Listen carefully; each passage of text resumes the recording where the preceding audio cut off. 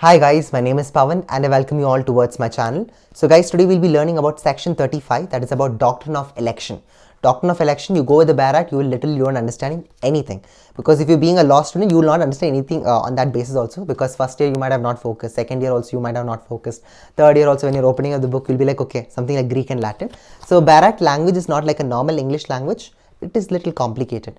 So that's the reason it is very important for you to understand the examples, then go read the Bar Act. You'll understand something rather than nothing. So there's an old saying, right? It is good to know something rather than nothing. Same concept applies over here. Now coming back to what is Doctrine of Election under section 35 of the TP Act. Very simple. I am basically giving 50 lakhs towards you and I'm telling that you are supposed to give your land to C. Okay, you're supposed to give your land to Aman. Write the same illustration for your exam also. A gives 50 lakh rupees towards B. Now B on a condition that B has to give it to the who? To C. And who is C? C over here you can write another person's name.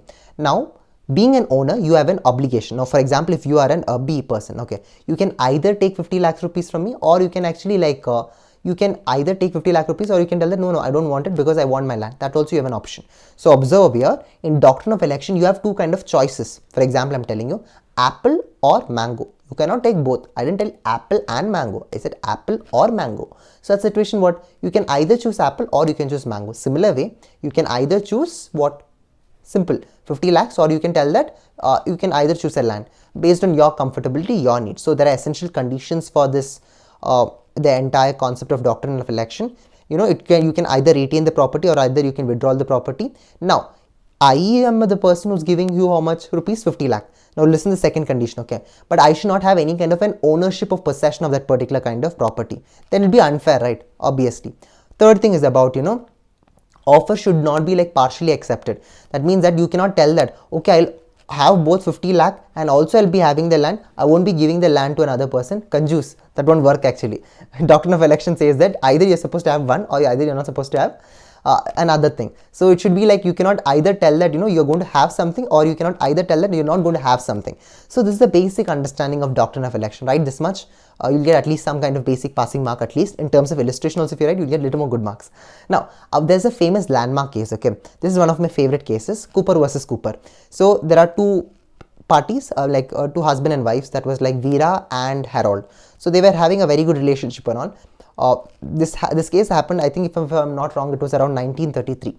So what happened, these both actually got separated later date. In terms of legal separation happened towards them, obviously matrimonial problems, so they might be separated. So they had been separated, and in which Veera took the family home and automobile. So what happened, when you get separated also, the family home and automobile was taken by Veera.